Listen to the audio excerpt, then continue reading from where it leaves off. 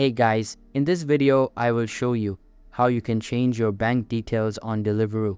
So make sure to watch the video till the very end. And let's begin.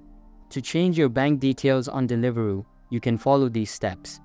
Log in to the restaurant hub, then select settings in the left-hand menu and then go to the payments tab to edit your payment information. Send a support request using help and the Deliveroo team will get in touch with the necessary form to complete. You can also go to the settings, then go to the payment section where you can gain access to the bank details form. You will then be asked to complete the form, providing additional proof supporting your request, namely a bank statement.